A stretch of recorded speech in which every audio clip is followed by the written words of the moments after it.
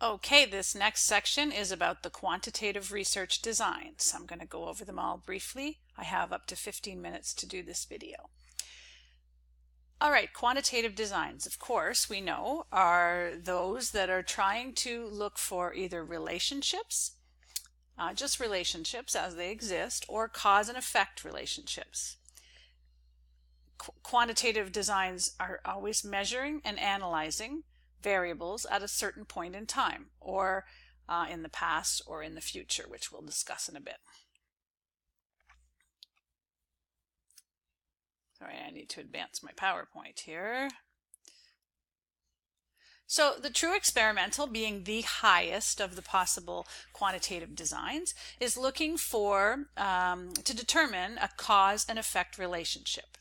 It's trying to assess whether the intervention or treatment or education or whatever it is we do to the participants makes a difference to something, an outcome variable, also known as the dependent variable. True experiments are designed to answer questions that test theory and assess cause and effect or causal relationships. True experiments require control, random assignment to groups, and manipulation of an independent variable. True experiments compare the experimental group, i.e. those who receive the intervention, to the control group, those who do not receive the intervention. And the outcome is measured by how much the dependent variable changes. Now, often you have multiple changes, right? You have the experimental groups pre, the experimental groups post results. So how much the experimental group changes before and after the intervention. The control group changes before and after the intervention. And if the control group, if the experimental group experiences a greater degree of change, because you compare the two groups at the end, then you would be able to make a statement that your intervention causes the change in the dependent variable. There's many advantages to this design. It's, of course, the gold standard randomized controlled trial. It's appropriate for cause and effect relationships. It allows us to anticipate outcomes of our actions. If a study supports the notion that education improves control of a disease, then that's obviously a good, effective, high-quality, evidence-based strategy that's worth implementing in clinical practice. The weaknesses of the true experimental design is that they're not commonly used because there are many variables that are hard to identify. There are many extra variables that are very hard to control, especially in an inpatient hospital setting. And sometimes, even though a researcher plans to do a true experiment, subjects drop out or something else changes, and that makes the study quasi-experimental. Again, very difficult or impractical in field or hospital settings, or even any clinical setting, really. True experiments work really, really well in a lab when you can bring someone in a controlled laboratory setting. Experimental procedures are disruptive to usual routines of the setting when you need to stop and do pre-tests and post-tests and interventions in very controlled circumstances. If several nurses are involved in the experimental program in administering the intervention, it may not always be provided in exactly the same way, which could skew your results. I won't use the word skew, but could affect your results. And we know that just the act of being studied influences what people do, so sometimes both the experimental and control group experience changes in the dependent variable because of the Hawthorne effect. Quasi-experimental designs are sort of the next best thing. They do have, in common with the true experimental, the idea of an independent variable that is manipulated. So both of those designs include manipulation.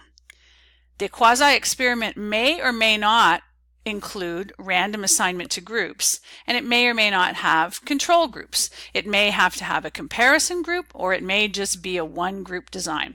So the lack of one of these two elements is how you differentiate between a true and a quasi-experiment. Advantages, these are practical, they're more feasible, they're more generalizable to the real world. They actually apply more to real world settings. And sometimes it's the only way you really can investigate the variable of interest. Sometimes you cannot have a control group. You must have only a comparison group.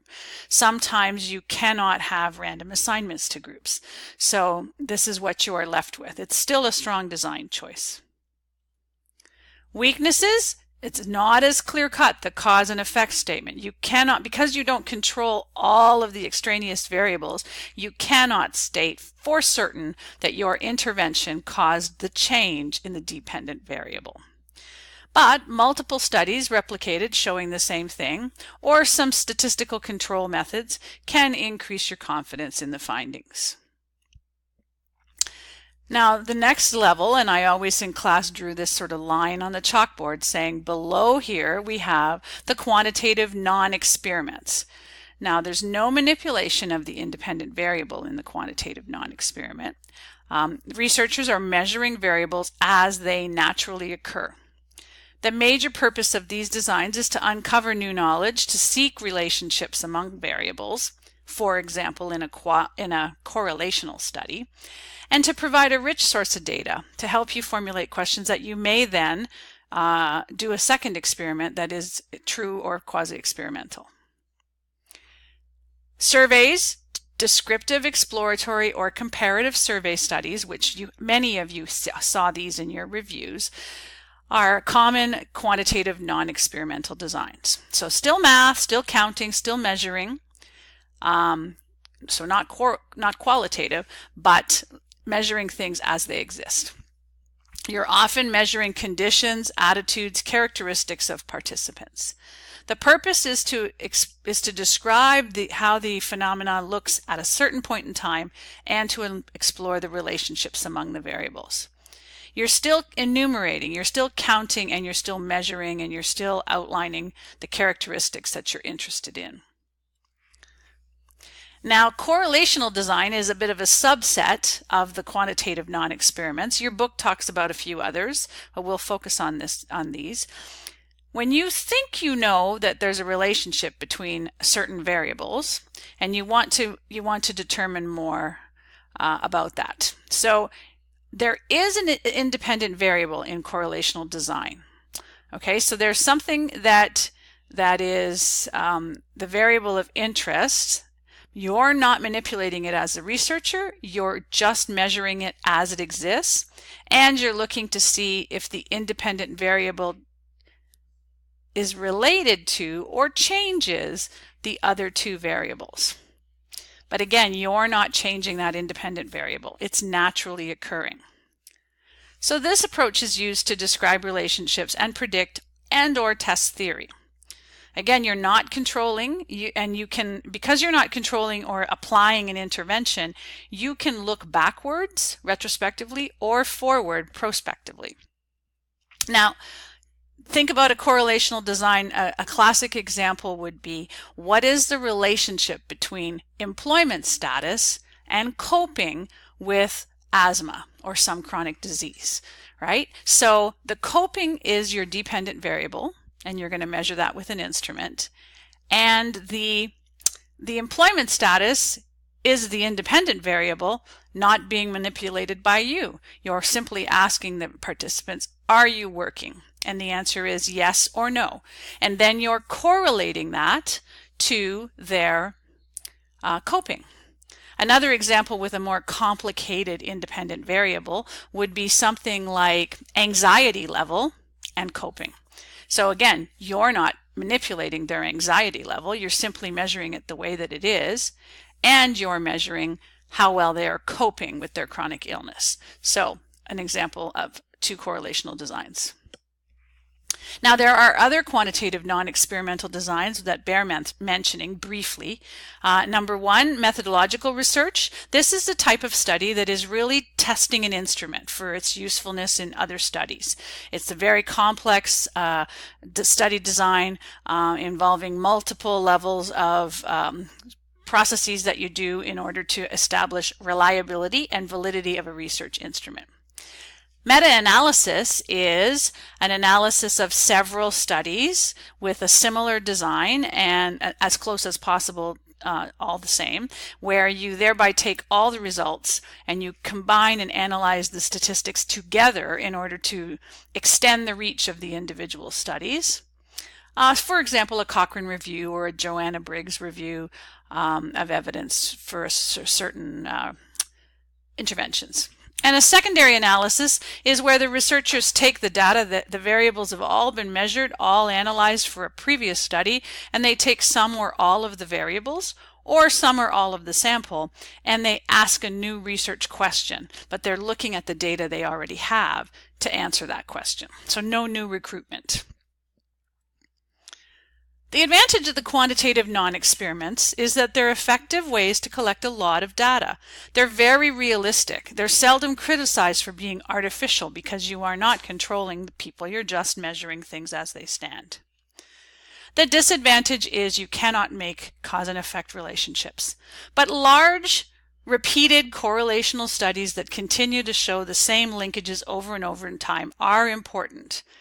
Remembering though that there is such a thing as spurious or specious correlations where the variables just change in the same direction by complete chance. Manipulation is the concept of doing something to at least some of the involved subjects. Remember that that's only manipulated when you have a true or a quasi-experiment.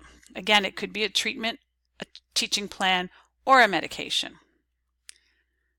Random assignment to group is distributing subjects in either of the two groups on a purely random basis. So each subject has an equal chance of being assigned to the group. That eliminates bias with respect to the variable, the dependent variable. In other words, you're not putting people you think are most likely to have a change in the experimental group and leaving others in the control group. Control, again, is the idea of keeping constant as many other variables as you can. You do that by manipulating a variable, by random assignment, and by being very, very careful that everything is consistently applied to both groups.